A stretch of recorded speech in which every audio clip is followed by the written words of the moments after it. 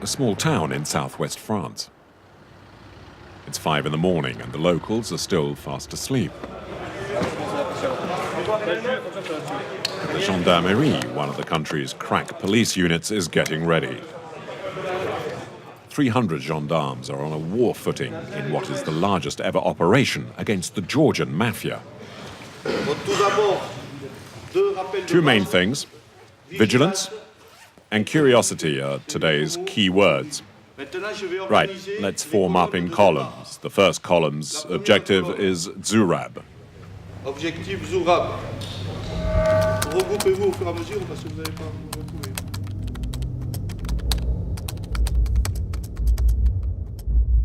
Zurab. He's the gendarme's main target, and his house is top of the list.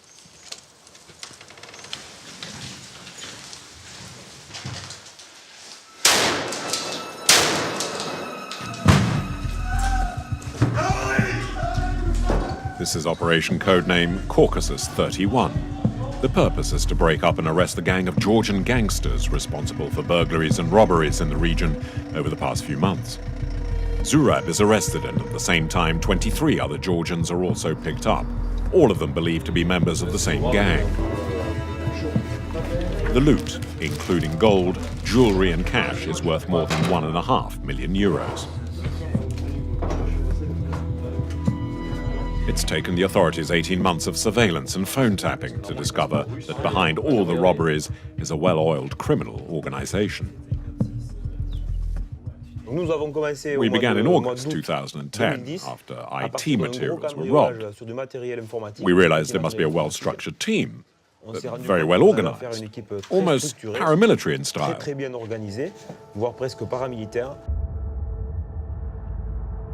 France has become the latest playing field for the international mafia.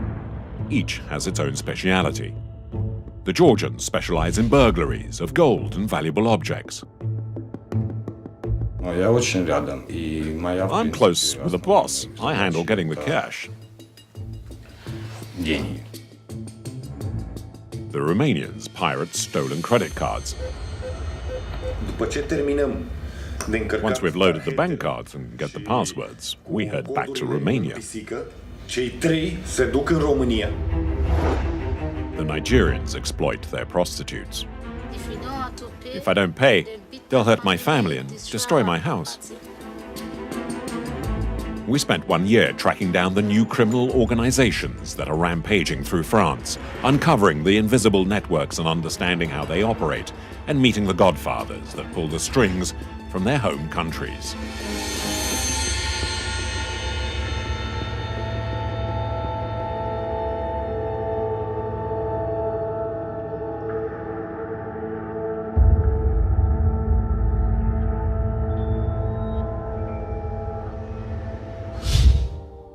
The two men were filmed by security cameras.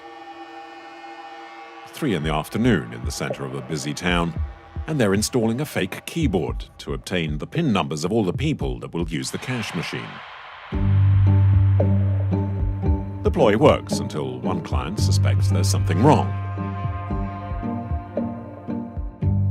One of the thieves, who was watching close by, comes up and offers to help.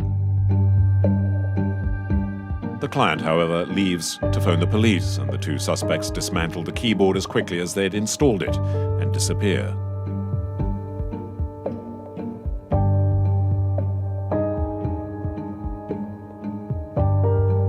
"500 cash machines are being pirated each year in France." Inside the offices of the Cybercrime Squad, Commissioner Adeline Champagnat explains, with the use of confiscated material, how the hackers are able to steal the PIN codes. So they use two methods to get the PIN codes. They use the false keyboard. You see, it's all messed up on the back, it's not real. It records all the numbers you key in. And then there's this sort of template with a hidden camera method which, when placed over the ATM, will film the codes you enter.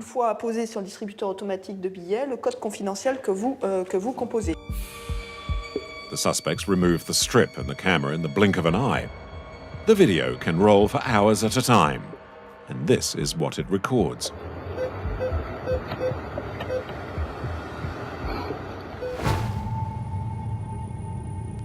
Getting the PIN code is just the first step. The thieves also need all the details of the bank card itself.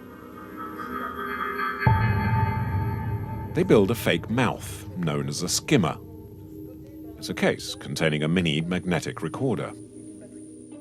This is what will be pirated.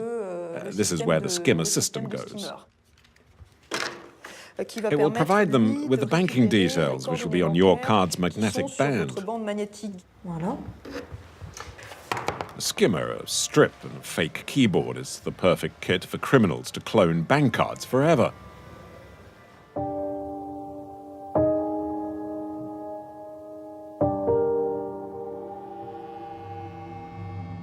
Most card fraud is done by Romanians. One of them agrees to talk, somewhere in the south of France. Let's call him Ionut. He's been trawling around Europe for 8 years, following the instructions from his bosses in Romania. The details that have been hacked through the ATMs will be copied onto virgin cards. Ionut shows us how it works. Yeah, use my card. He puts it through his skimmer, which closely resembles those on the cash machines. He now has all our personal details in his computer. The screen will show the cardholder's name, Jerome Pierrat, and the 16 card numbers. The expiry date, it's all there. Now this is a card with nothing on it. You see, you take it and pass it through the skimmer with the magnetic band face down. That's it. In just seconds, all our personal information is on that card. Ionut will give the fake cards to his gang, who will use them to buy things and withdraw cash. The mobility of the gang makes this network difficult for the police to track down. And the big bosses, ever prudent, stay back home in Romania and rely on gang leaders such as Ionut to carry out their scams. I'm in France for now, but it depends on the big boss. He might decide my gang and I have to go to Italy tomorrow or Great Britain. You never know. He sends us wherever it's best. Today I make around 3,000 or 4,000 euros a month. I don't want to stop yet. It's got a good future, this job.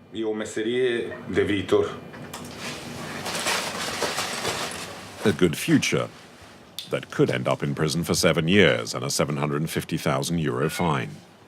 The Romanians didn't get involved with cybercrime by chance. There's a tradition of high-quality IT technicians in Romania. With unemployment high, some turn to the Mafia for work. Many of the hackers come from the same region and from the town of Craiova, 200 kilometers west of Bucharest.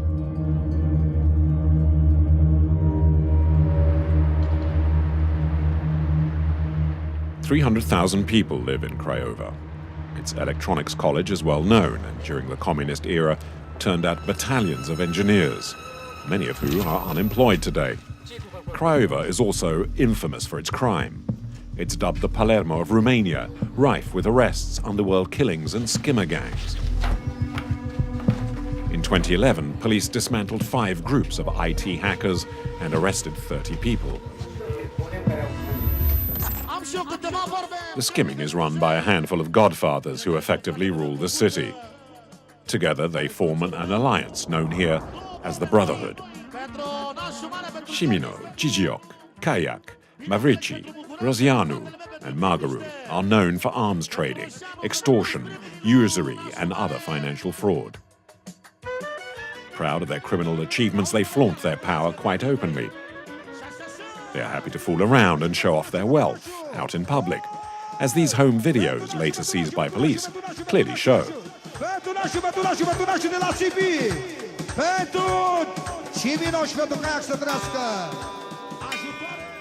They may look united, but occasionally the Brotherhood breaks down.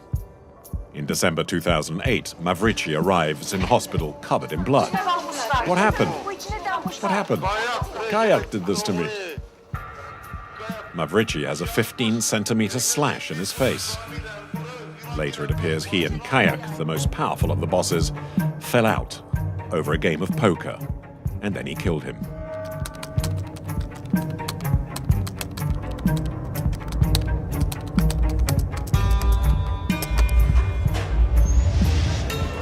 Today, Mavrici is behind bars in the city's high-security prison.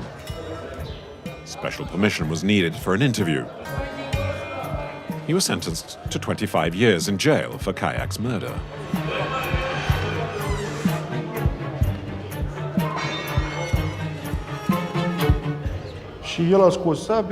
Well, he had a sword and I had my gun. Tried to slice my head off and he cut me across the face. I was desperate, and I fired at him as best as I could. The Romanian boss talks of how he started by pirating bank cards in Europe.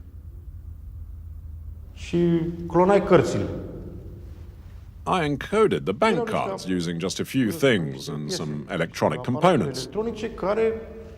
I'd clone them. That's all. Mavrici admits pillaging a few bank accounts, but denies he's a member of an organized crime gang. The media claims we're all part of the mafia, but whether we're mafiosi or just businessmen remains to be seen. I had a business. I'd opened a casino. I had a job and employees and paid tax to the state. I had this business, and the judge who sentenced me still called me a jobless, a repeat offender who was in the mafia. His friends never forgave Mavrici for killing Kayak, considered the best of the godfathers, and have ostracized him. The funeral was given extensive coverage on TV news and is considered a key moment for the Romanian underworld. August 28, 2008, and more than 1,500 people, mainly criminals, gathered to pay their last respects to one of theirs. Magaru is now seen as the new head of the Brotherhood and the new boss of bank card fraud, the man who runs the pirating in Europe. A fact Mavrici, who has nothing to lose, confirms. He's the new boss of Craiova. He knows and deals with people everywhere. He has a lot of money. You know what it's like in Romania. With money, there's nothing you can't do. And I don't know if you saw the news. Corruption is a scourge.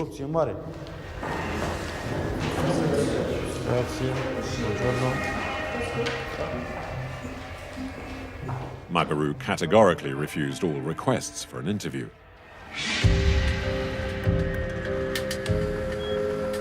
There's a kind of omerta in Craiova whenever the subject of crime is raised. Amongst the criminals themselves, of course, but also, intriguingly, amongst the authorities too. The local police chief assures us that organized crime does not exist in his town. It's the media that's created this reputation, which isn't the reality. The people you're talking about are real and do live here. And maybe, when there used to be conflicts, they had a certain influence, a kind of power in the city. But now, clearly, and you can quote me on this, they no longer create any sort of problem in our city. Please pass me the book, Annie. And to finally convince us, he makes it a point of honor to show us the real Craiova. Look, this is a collection of photos of our city. It's a present for you. It illustrates all that is the finest and best, and it gives me a good deal of satisfaction to show this to you.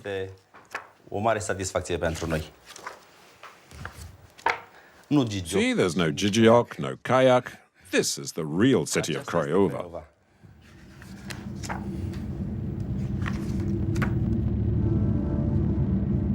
In France, there are several organizations nowadays that worry the authorities, including the Georgian Mafia, that focuses on burglary.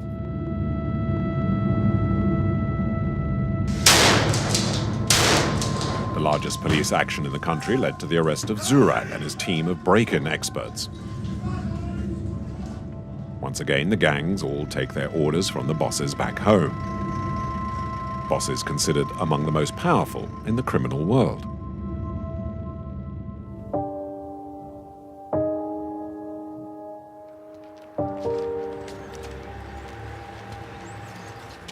Pamiers in southwest France. For the first time, Operation Caucasus 31 has led to the winding up of the entire criminal network. 23 Georgians, all pawns, following orders from their superiors. Jean-Luc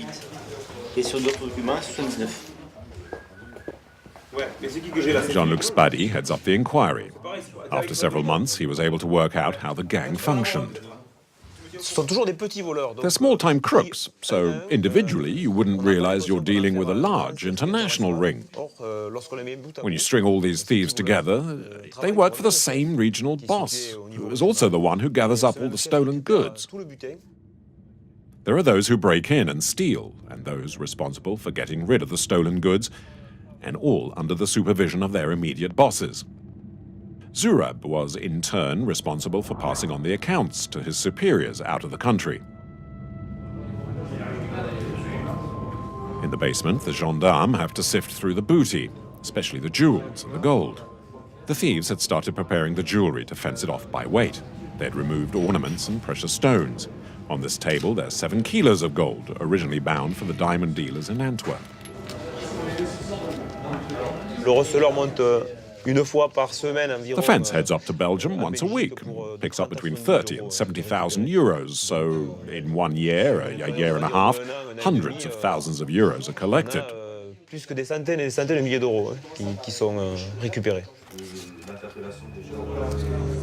The godfathers behind the networks are known as the Vori Verzakon, which means the thieves-in-law. It's a criminal elite that developed inside Soviet labor camps and that today controls the Russian mafia. The Vori Verzakon are distinguished by tattoos of an 8-branch star on their shoulders and a cross on their ring fingers. The tattoos are symbols of their authority. To become a Vor requires being accepted by other mafia bosses, followed by a ceremonial crowning session. Their code of honor insists they don't hide their status, even from the police. I'm a Vori Verzakon. The Vori Verzakon are on top of a well-structured criminal pyramid. The pawns, the Chestiroki, are the burglars overseen by the gang leaders, the Palogenets, and the Smotriarchi, who do the accounts for the Vori Verzakon. The 2 Vori Verzakon who dictate orders to their burglars in France are Lasha Shunashvili, the king of the burglars in Europe, arrested in Greece in 2012, and his mentor, Zakhar Kalashov.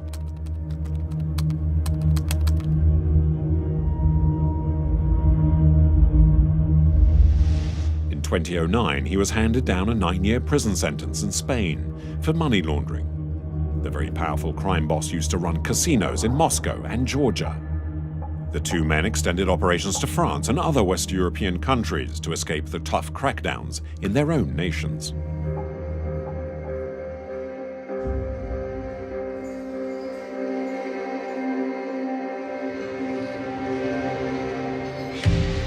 Georgia is the birthplace of the Vori Verzakon. Of the world's 700 thieves-in-law, half are Georgians. They ruled here unopposed until 2003, when everything changed with the Rose Revolution and the election of new president Mikhail Saakashvili. 2 years after coming to office, he makes a pledge to the members of parliament. No criminal bosses will live in peace while I am the president of Georgia. We will destroy them. We will nip them in the bud. Saakashvili introduces severe new laws and penalties against the Vori and confiscates their possessions. One of the first villas seized belongs to Zakhar Kalashov, the all-powerful Vor suspected of masterminding the French network. His villa now functions as the offices of a government agency.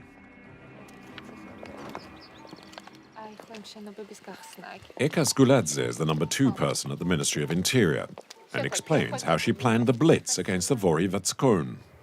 It was one of the first houses we confiscated under the new law on criminal groupings. And at that time, the worth of this property was $30 million. A 1,700 square meter villa with 20 bedrooms, and in the hall, a lift with bulletproof glass. All windows are bulletproof. Everything is extra safe, secure. There were lots of golden ornaments, I remember, when I first visited. There are lots of entrances and exits in this house, I guess for escape purposes. And also another helicopter landing area on the roof. The battle against the Vori was difficult, as they'd permeated every layer of Georgian society. A whole system had to be destroyed if the government wanted to be rid of the mafia. We were doing it while half of the police was more respecting criminals than the new government. It tried to focus on taking down the institution. One by one, the Vori are arrested using hard-line and heavily mediatized tactics. The simple fact of belonging to the Mafia Brotherhood carried an automatic 7-year prison sentence. The authorities took full advantage of the Vori Vatsakon's own code, where they were honor bound to admit they were part of an organized crime.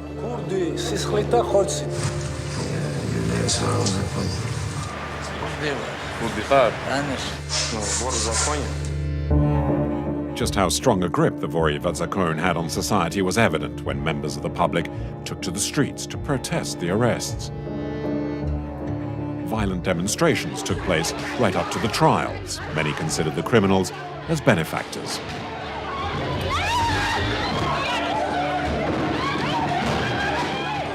It was an institution. It was a very influential institution, effectively substituting government on many levels. I mean, there were the tax collectors, there were the providers of the social services, there were the supreme judges.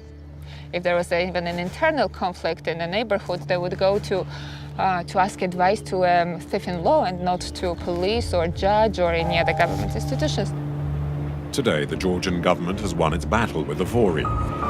30 or so former godfathers are being held in this high-security prison in the heart of Tbilisi. But some 200 others managed to avoid arrest and fled abroad, mainly to Russia and Ukraine. Some occasionally visit Georgia, and it may be a chance to meet one such returning exile.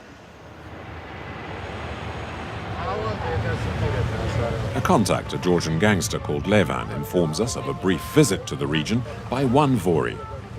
Levan knows the godfathers well. After much deliberation, he finally agrees to take us to see the man whose name is Karandash.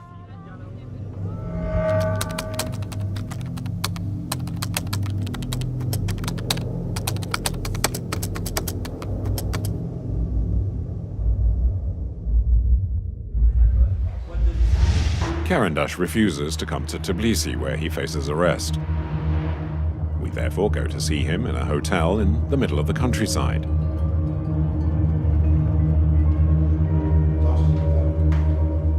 And this is Karandash, a white t-shirt, sunglasses, and accompanied by his right-hand man, Karad, known to be cautious. Originally from Tbilisi, Karandash has spent 30 years in prison. The story goes he was made a Vor Vazakon in 1985 in a Soviet internment camp. We're criminals. Thieves in law. A similar confession to the police is worth 7 years in prison.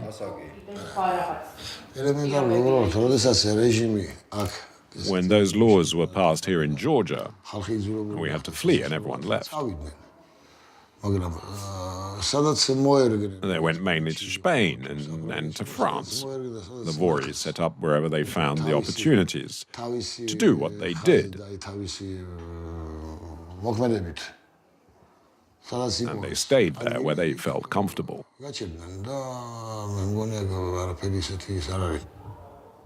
Karandash was born into a modest family. He began with burglaries. I was out of control when I was a child. I stole and was arrested. I found myself in a world where the laws were different.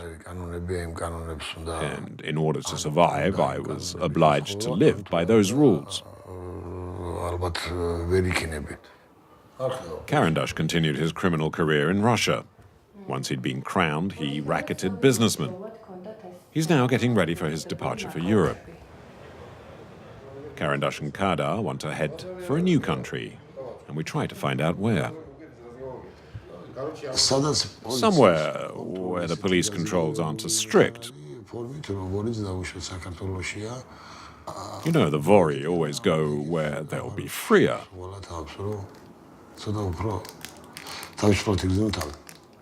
We have the financial means to live wherever we want. We're not Vori for nothing, you know. But they say nothing more. The situation in Georgia is too risky, and they remain cautious in front of the camera. We insist, and they suggest Levan act as our guide in another country, Ukraine, the new rear base of the Vor Vazakon, and from where they manage their business in Western Europe.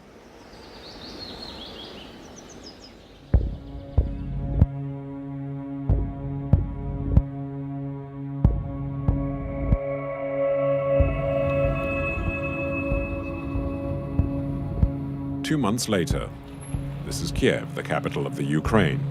It's minus 25 Celsius, and there's a thick carpet of snow. The driver picks us up at the airport.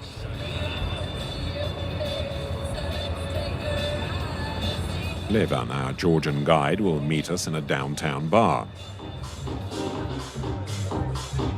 He's convinced his friends to talk to us.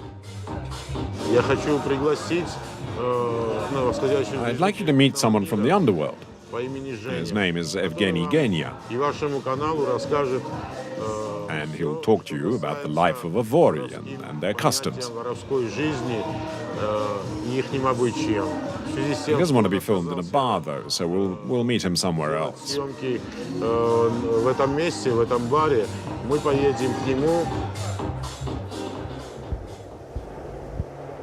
Night has fallen, and we head out into the suburbs of Kiev.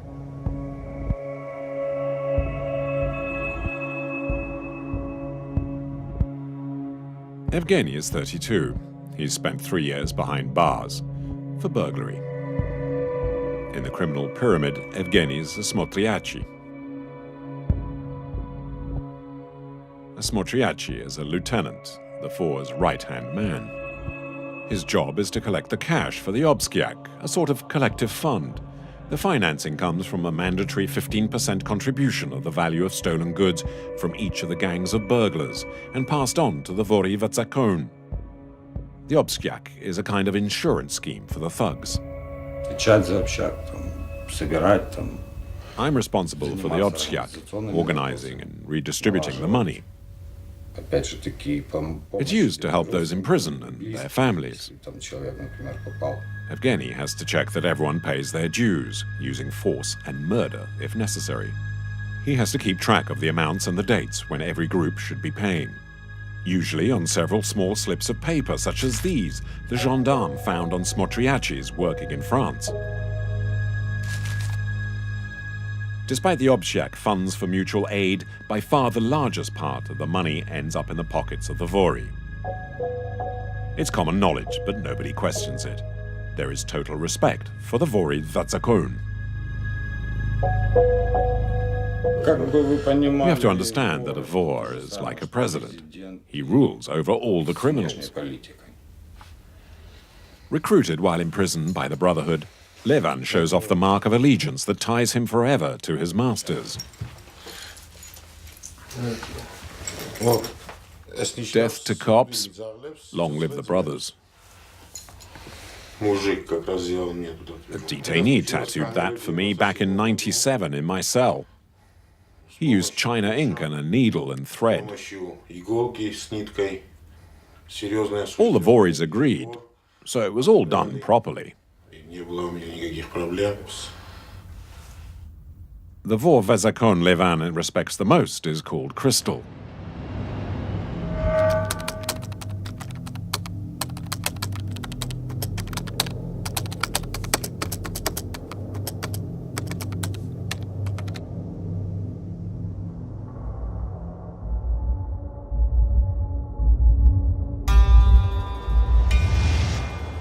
Crystal is serving a 14-year prison term.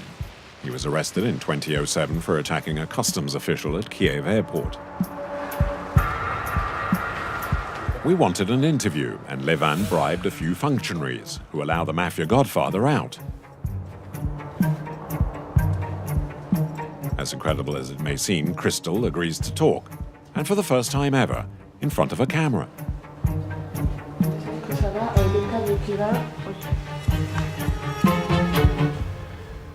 I'm a great person, a Vår-Vezakon.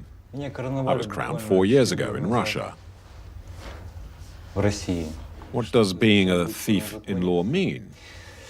It's like being the king of the mafia.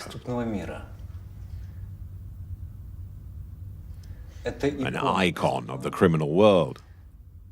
You know how Christians pray before an icon.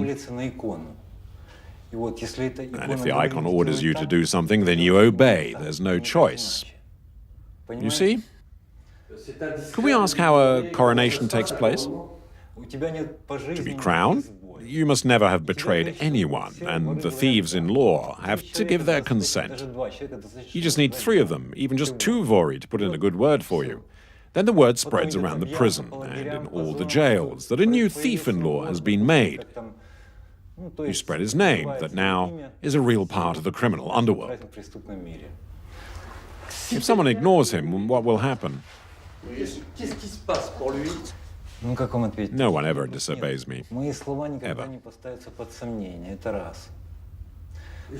I've seen a tattoo on one finger. Well, what does it mean? It means I'm a Vor. It's a cross that every thief-in-law has forever. If you're a Vor for your whole life. Okay.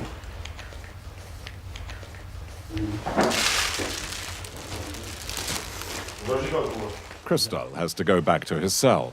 He has another 9 years before he'll be released. He has no intention of escaping, as he can handle business just as easily and safely behind bars.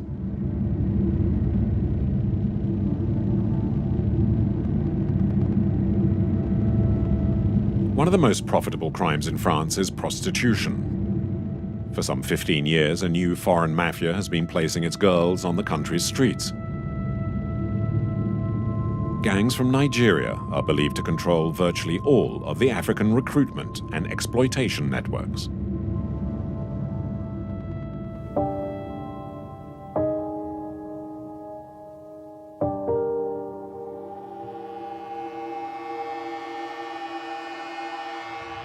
Close to the Perrache station in Lyon in southeast France, hundreds of Nigerian women are touting for clients on the streets or in their vans.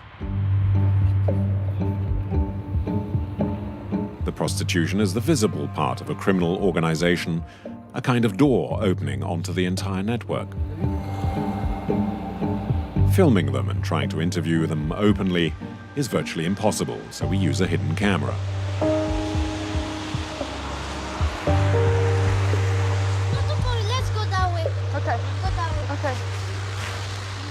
After a few days, 2 of the girls seem to trust us enough to talk. Grace, 23, and Jessica, 24, have been in France since 2007. No.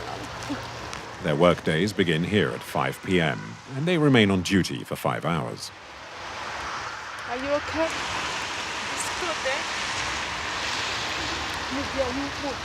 Is it okay that I wait for you? No, Is it okay? it's okay. It's not Okay.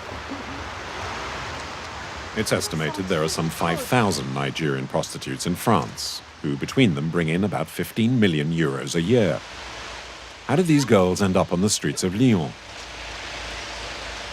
They agree to be interviewed at a friend's house, away from prying eyes. Jessica and Grace are both from Benin City, a town in southern Nigeria. They left home at age 18, immediately after high school, to become prostitutes in Europe. I've been Italian before I come back to France. In Italy? Yes, because we take boat from Morocco, from Libya. And then you arrived in Italy? Yes, from Italy to Lyon. It's everything. Unlike Jessica, who came via Italy, Jessica was given false papers and flew directly to Paris. 2 journeys, both financed by the same network, that now keeps a close eye on them. Talk to somebody, you know that. While filming, the phone suddenly rings. Hello. Hello? Okay, the 10 minutes time. I'll be there in 10 minutes. I'm on my way. That's why I'm not at home.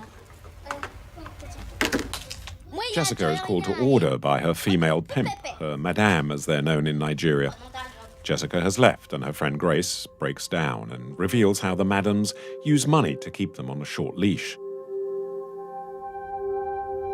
When you arrived, you knew that you had to go on the street? Yes, but you told me, but I didn't think it's like this. I didn't know it's like this. You have to stay inside the street like this. It's my madam that pay everything. My transport fare to come to France. Nobody came from Nigeria to this side by herself. It's madam that bring everybody. The system is straightforward. The madams pay for the voyage to France, and the girls need to pay them back 5 times over before they've cleared their debt. When I come, they say I will pay 50,000 euro. I said, okay, there's no problem if I can pay this 50,000 euro and I can help my family. I take off myself, the food, the house rent, I do it by myself. With your work? Yeah. You pay, but then you have to give money to the madame? Every 10 days, I also give her money. Over the past 5 years, Grace has paid back 45,000 euros. She still owes her madame 5,000 euros. She's never had enough to send anything to her family. She has no choice. The network's grip is impossible to loosen. Those that pull the strings are back in Nigeria. Nigeria is the most populous country in Africa, and one of the most corrupt, too. Lagos, the commercial capital, with its 15 million people, crowded into the city and its vast expanse of slums. Chaos and misery go hand in hand. We are due to meet with Lara, whom we've been told is a madame and responsible for sending her girls off to Europe. She owns a trendy hotel and club.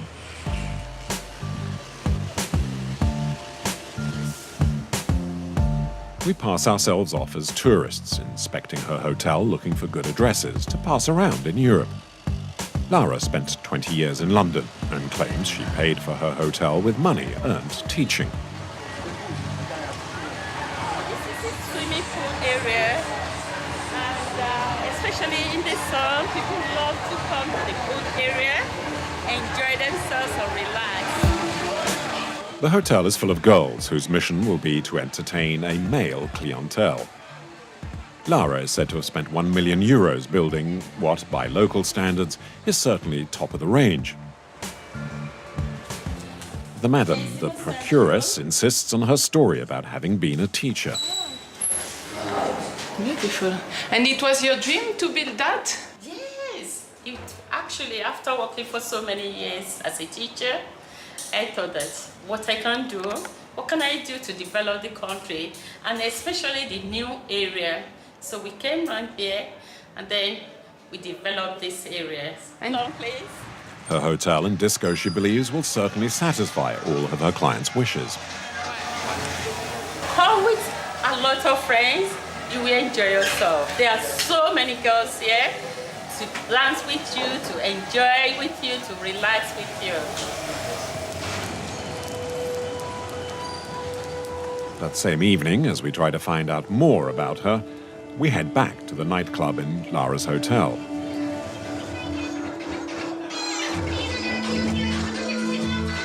One of her employees tells us that she is indeed involved in providing girls for the European prostitution scene.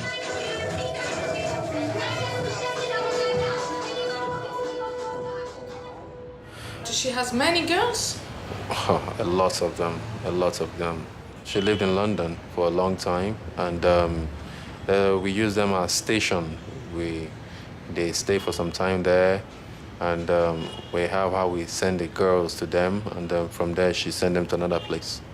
She travels a lot, a lot. It might come whenever the information comes that we have new girls to send.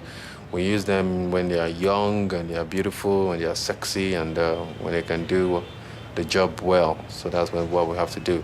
It can come in 6 months, it can be 2 months, it can be 1 month, it can be anytime we want. And she's doing that, she brings them? Down to Europe. Yes, she does. Our informant says the network can act almost with impunity. It's a network Lara uses to conduct her business. And why, if everybody knows that, why nothing is done? Well, it's a big organization. We pay people well. We pay people in Europe, we pay people all about the world, we pay the customs, we pay everywhere. The money is not a big deal. Millions and millions is invested into this.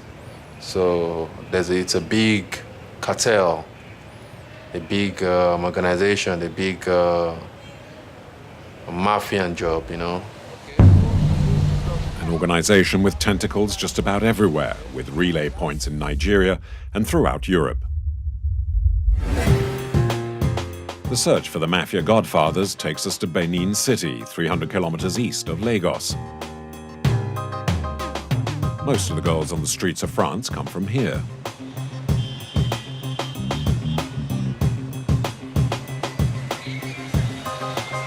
Lulu Dedola is in Benin City. He's a musician and writer from Lyon, who has lived for many years in the slums of Nigeria and knows the criminal networks well. He helps to get access to the providers, those who sell the girls on to the madames. To do this, it would be necessary to pretend to be a human trafficker. The madames control the market, but Lulu knows a few shortcuts. Oh, it's easy to find a girl here. They all want to leave the poverty behind. And since girls have been going out there and sending back money to their families and the network, it adds pressure on those who don't want to do this, and they're considered bad girls.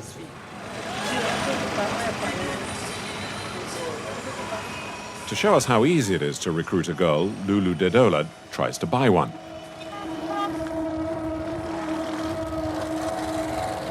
We head for the courtyard of a house with two traffickers who are well known in Benin City.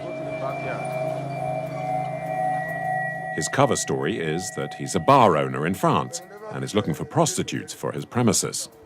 I have bars, I have clubs for Europe.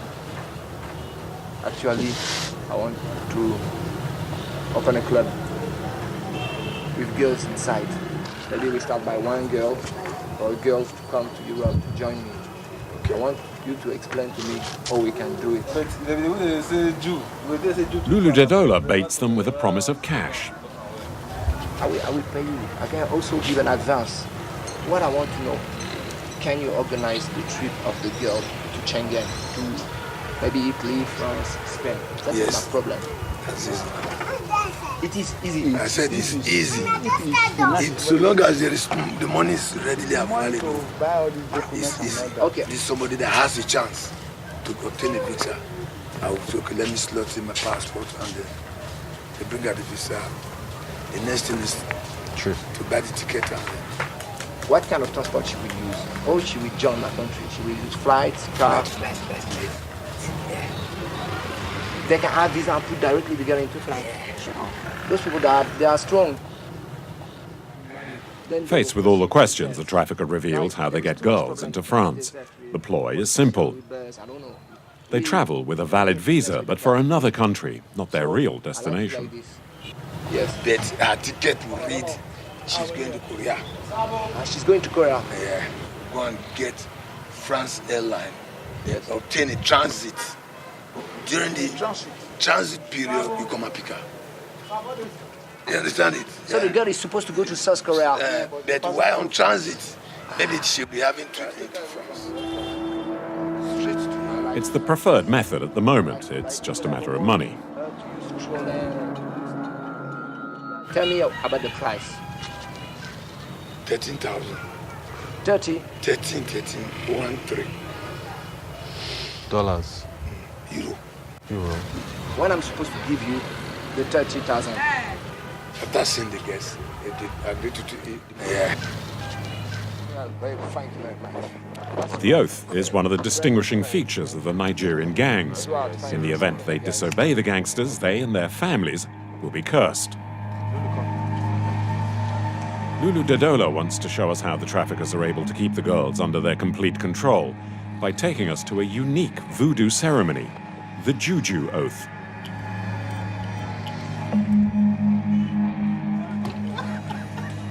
The sorcerer Ogyobo is considered one of the best in the city. He claims to have spread the juju on hundreds of future prostitutes. Lulu has managed to get special permission to film the ceremony. So, you are welcome to visit Nigeria. I'm a chief priest from our palace.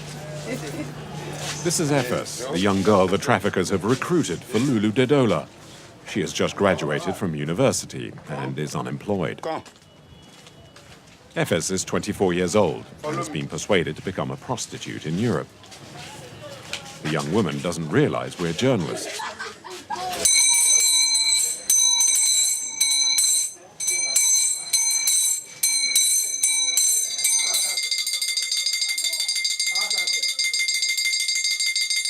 For 2 hours, the great Ogyobo will conduct a series of rituals and incantations, calling on the spirits to help Efes be successful.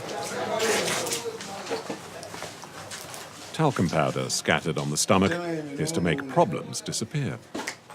What's your name? Efes.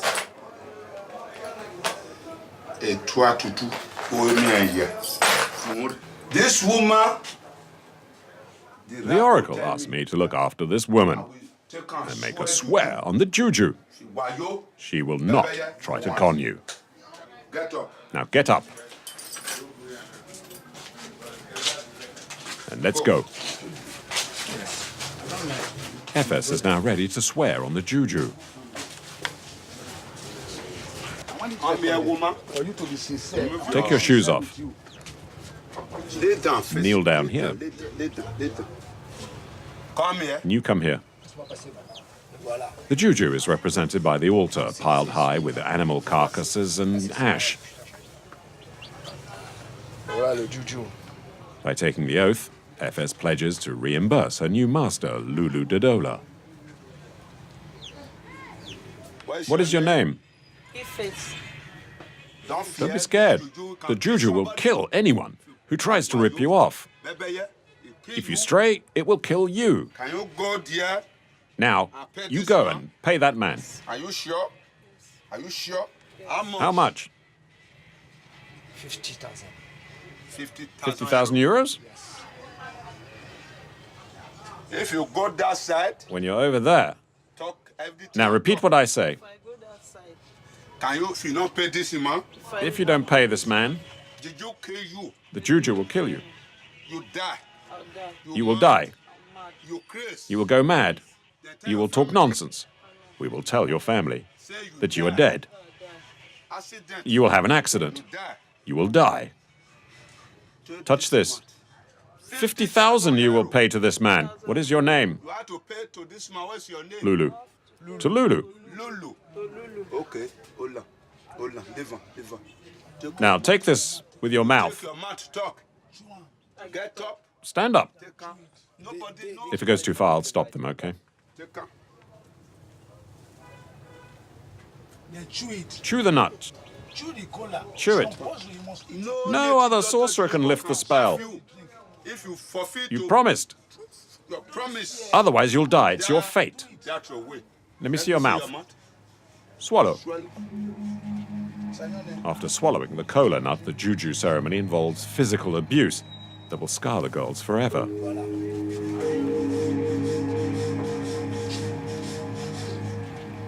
Lulu asks for the ritual to stop. It's okay. Go, follow me.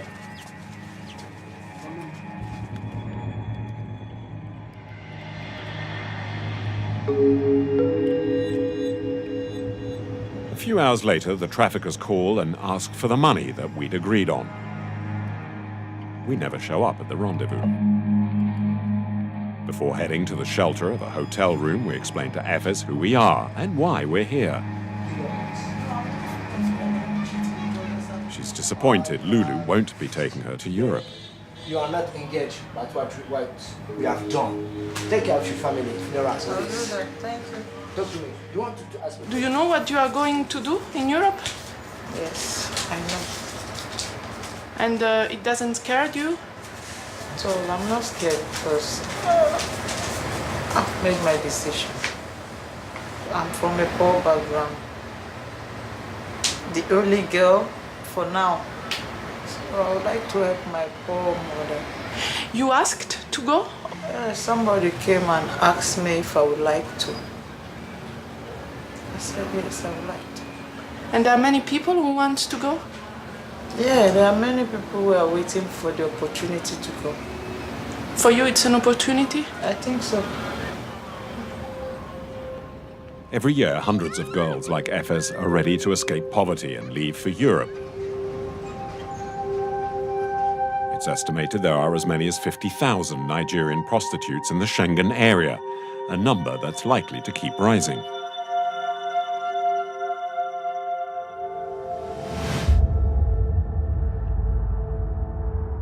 Organized crime has adapted to globalization.